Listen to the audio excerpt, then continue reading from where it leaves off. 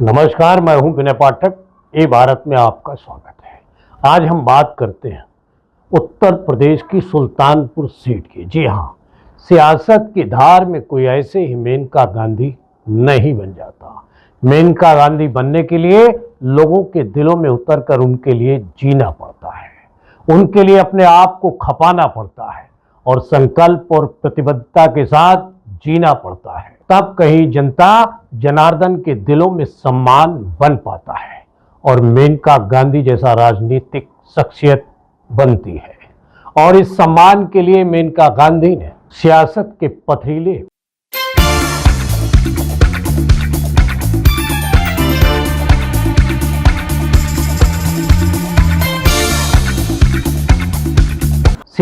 पथरीले पथ पर चलते हुए बिना किसी परवाह के दो मुकाम हासिल किए, जिसकी संघर्ष की गाथा ऐतिहासिक बन गई है।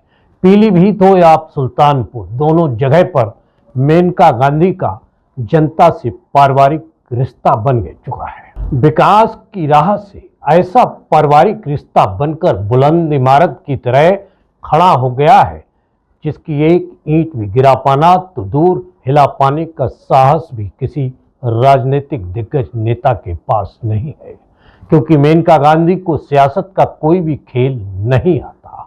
उन्हें तो लोगों को दिलों को जोड़कर आपसी भाईचारे के साथ आगे बढ़ते जाना आता है। इसका जीता जागता प्रमाण है सऊदी अरब में दुर्घटना में जान गंवाने वाले इमरान को सांसद मेनका गांधी ने जिस तरह से अपने वतन की मिट्टी नसीब कराई, इसका जीता जागता उदाहरण है। बिना किसी भेदभाव की राजनीति के पायदान पर चढ़ते जाना उनको आता है। जाति, वर्ग और धर्म से ऊपर उठकर लोगों की मदद करना मेनका गांधी के मानवीय मूल्यों के आदर्श की कहानी कहता है।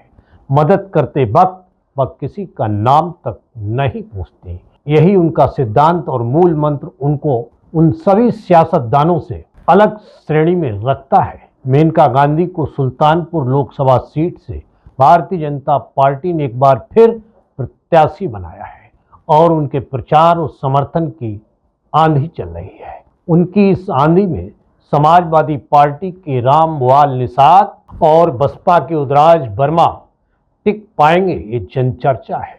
क्योंकि जिस तरह से विकास और आपसी भाईचारे के बयार इस सुल्तानपुर में बह रही है, उसी बयार में मेनका गांधी की ऐसे सेनानी और फौज तैयार हो चुकी है जो राजनीति को किसी भी रण में योद्धा बनकर रण कौशल में निपुण है और बाजी जीतना जानते हैं, जबकि विरोधी केवल जातिवाद का ऐसा शस्त्र लेकर उतरे हैं जो समाज को जोड़ने की जगह तोड़ने का काम करता है, जिससे समाज केवल टूटता है, जुड़ता नहीं।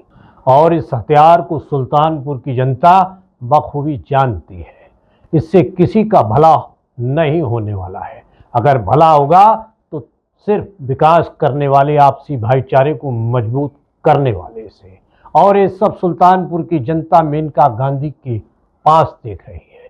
बहरहाल उत्तर प्रदेश की सुल्तानपुर लोकसभा सीट पर 25 मई को छठे चरण में वोटिंग होनी है। ऐसे में चुनाव प्रचार के लिए ज्यादा समय नहीं बचा है। यहाँ चुनाव प्रचार का शोर केवल अकेले मेनका गांधी का सुना जा सकता है, देखा जा सकता है। भारतीय जनता पार्टी के बड़े नेताओं के चेहरे अभी तक इसके समर्थन में भले ही न पहुंचे हों, मेनका गांधी अकेले ही अपने काम के दम पर चुनाव की कमान संभाले हैं। मेनका गांधी 8 बार सांसद रह चुकी हैं। अगर वो इस बार भी चुनाव जीतती हैं तो देश के उन चंद सांसदों की सूची में उनका नाम शामिल हो जाएगा जो 9 बार देश के संसद का प्रतिनिधित्व कर चुके हैं। लेकिन इस बार चुनाव भले ही लोगों के लिए आसान न दिख रहा हो, क्योंकि इस सीट पर निषाद समुदाय की बहुलता है और समाजवादी पार्टी ने यहाँ जाति समीकरण को साधने के लिए रामभुआल निषाद को मैदान में उतारा है। वहीं बसपा से उदयराज वर्मा उम्मीदवार है, जिससे सीट की लड़ाई त्रिकोणीय मानी जा रही है। लेकिन मेनका गांधी को मिलने वाले जन समर्थन की आंधी में सब उड़ते नजर आएंगे, ऐसी जन चर्चा है। श्रीमती मेनका गांधी दिन रात सुल्तानपुर में कई दिनों से चुनाव प्रचार में जुटी है। खुद ही पूरे चुनाव की जिम्मेदारी संभाली हुई है।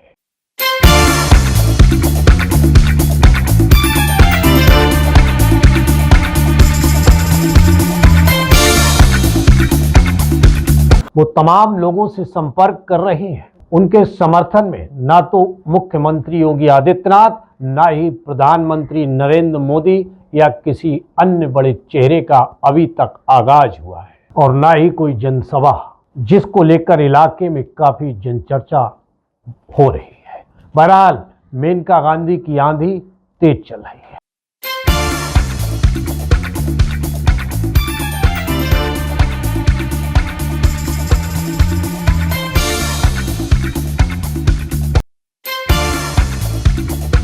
सुल्तानपुर का हर व्यक्ति मेनका गांधी विकास की आंधी के रूप में कहता नजर आ रहा है। बहरहाल मेरा पाठक को दीजिए इजाजत। हम फिर मिलते हैं नई खबर, नए सफर के साथ।